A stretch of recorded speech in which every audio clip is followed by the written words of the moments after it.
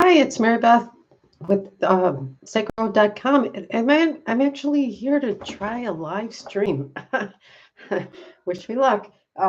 This is because my book, Peace and Passing Comfort for Loving Humans During Animal Transitions, just came out. It's the second edition.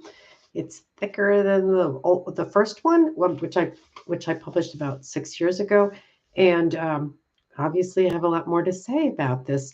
So I wanted to share this with you, give you a little idea what's in it, and why I wrote the second edition. Um, so the best way to start, I think, is to read the very first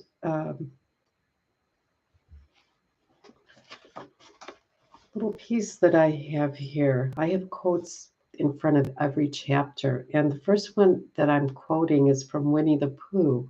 Changed it a little bit, but here it is. How lucky am I to have someone who makes saying goodbye so hard?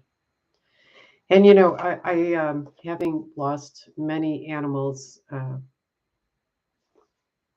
in life, because I'm an animal lover, and so is my family. So we've done it throughout. I found that I needed to write a book the first time because I was dealing with a lot of people with transitions with their animals, and there was just a lot of um, leftover guilt and worry. Did I wait too long? Did I make the decision to let them go too early? Are they mad at me? Um, And so that the focus of that, which is still in this book, is about how the truth is. Pardon me, I'm recovering from some stuff, so my voice is not thrilling. But the truth is that very often, in fact, everybody that I've talked to on the other side, animal wise, because I'm an animal communicator, they do not hold grudges. And what I noticed is that the piece that makes everything easy for them is your love. And it really helps them through the transition process, even if it didn't go how you would have planned it perfectly. If you had some doubts, it when they get to the other side, excuse me, they're okay. In fact, they feel love for you. And they are still there, connected to you. They want the best for you, and I do believe they even take care of you as best as they can, just checking you out, and would be there for you if you needed them to. Um, and I've got a lot of stories. I love stories, so I've got a lot of stories in the book about how animals have connected and communicated with their people. Some of them are pretty funny. All of them are delightful because now the people know that they're good. So, and there is a lot of information there about how you can set up the transition to make it the best for you and your animal when you have a choice. And even in those times where things happen so quickly, I've even talked about that and how you can help. I think more yourself walk your way through to a place where you still feel the most important thing is your love and connection with your animal, because the truth is you always made a decision based on what you thought was best for the family. Okay, excuse me, I'll take a little sip here.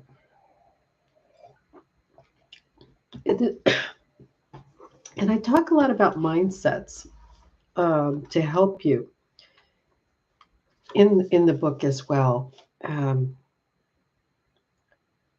because it's very important to start living with what is rather than what will be when we get a diagnosis that we're not excited about, or we see our animals slowing down, and they're still here. They haven't heard the diagnosis. They know they're slowing down, but they're still interested in being part of the family and doing whatever they can. So I wanted to give you some mindsets to bring you back to the reality of how things are for them so you can participate and be there with them. Enjoy as best as you can. I mean we're still human. We know where this is going, as they say, right? But they're still alive and they're still interested in being with us. And that's a gift to us that we don't want to squander through um, sadness about what will be and when it will be.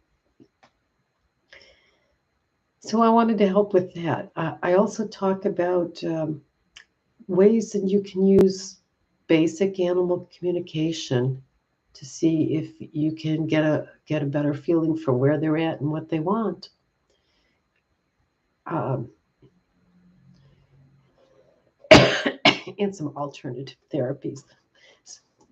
I talk about myths, and I talk about truths about our animals, and I wanted to just share a little bit. Let's see. Hold on a second. Excuse me. I, okay. So yeah, sorry, because I'm still recovering, even though it's launch day. When I'm talking to you about my book, I'm still recovering. There is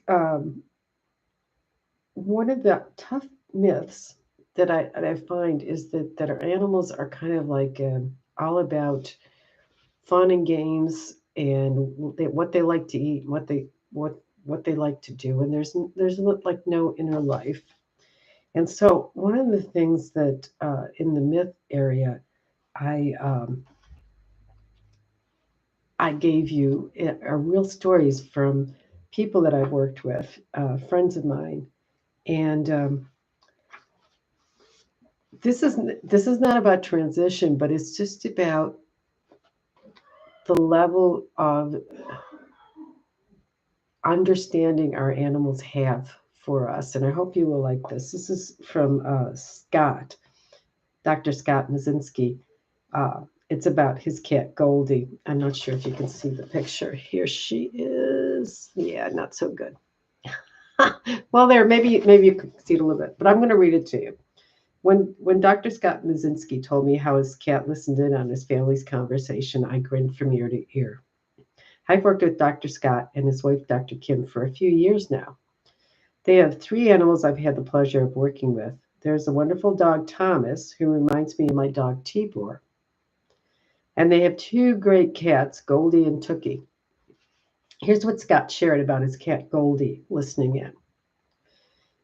Interestingly, today, Kim and Sam, my son, were sitting on the TV in the TV room while I was doing chores. They talked about how well we take care of our pets as they worked on our cat Goldie, balancing her hip and other things. So, you know, just so you know, they're from an energy healing holistic chiropractic family. And I've used them and they're great. So then Kim and Sam had a discussion. I hope our animals appreciate the things we do for them and get for them, like that cat stairs to the couch. Oh, and that new water fountain with the flowing water. And don't forget that bed that looks like a footstool, the one we named the chicken's coop for them to sleep in. At that instant, our cat Goldie got up, walked over to the stairs, and walked down them. Then she walked over to the water fountain and took a big drink.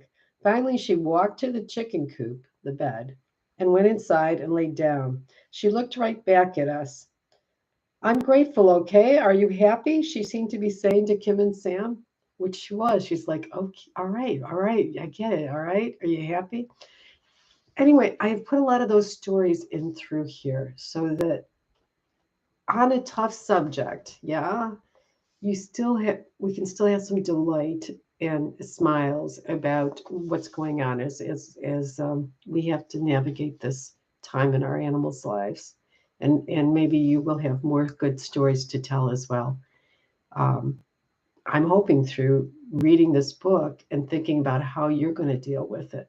So thank you for listening. I'm put a link in the chat about where to get the book. It's peaceinpassingbook.com, and it's also available on my website sacredgrove.com. Either way, thank you. Talk to you later. Bye now.